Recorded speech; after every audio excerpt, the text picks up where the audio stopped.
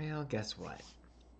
I just did the whole CSS battle, got it all done, and I promptly deleted the video before uploading it. So I'm just going to do a review of what I did, what I decided, and where I ended up at. And yeah. That was real good. Anyways, what we have here, let's go ahead and unminify everything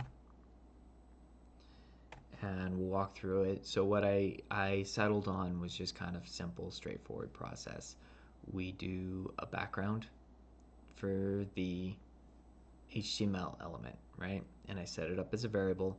So then I reassigned it here for the body element to be this blue. So this is what the body element is. And then I margined the body element down to be the right size.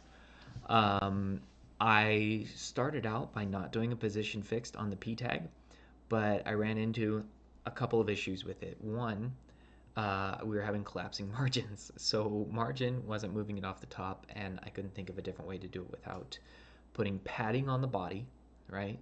Or, which did work, I put padding on the body, and then margin worked for putting the p tag into place. Um, but or doing translate. I could have translated the p tag down and gotten it positioned that way, but that would have been a lot more characters than just doing a position fix. The other reason why I did a position fixed here on the p tag, the paragraph tag that we have up here, was once I'd done all that and I got everything set up, I was at like 99.4%. Nothing was like lining up on even pixel values. I would have had to do like half pixels and weird mumbo jumbo to get it fixed. And so I just put a position fixed on it and cleaned everything up, and it lined up perfectly right away. So that was just the way to go. And again, the p tag, what it is it's this first box right here, and I reassigned that variable again to this dark gray color, and then I did two box shadows. I did one. You know what? I just realized something looking at this now.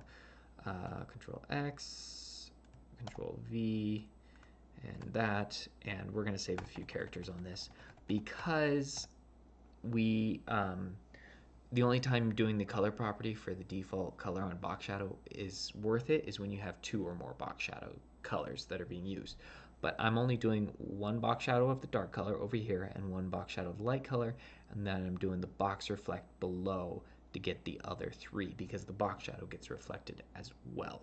So these other three boxes are just a reflection of the top three, which is a p tag and then a box shadow of two different colors. Does that make sense? Got it? Yeah.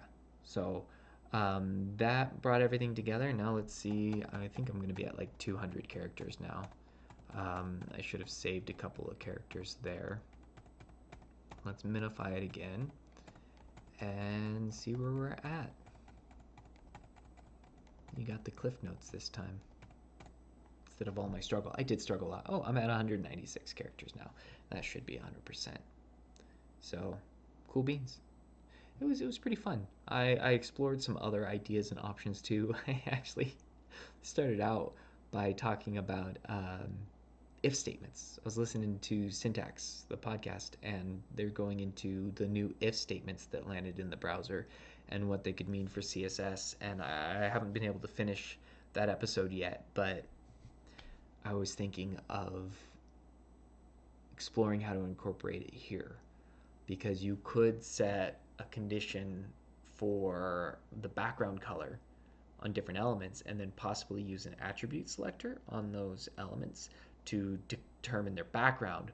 And I don't know if that'll be less than how I'm using variables here, but it might provide a different option. I don't know. It might be kind of cool. CSS is doing some cool things, and I don't know. Anytime you can do something with just CSS instead of JavaScript, I think it's a good thing. So there we are. There we have it. That's the CSS battle for today. Thanks. Bye.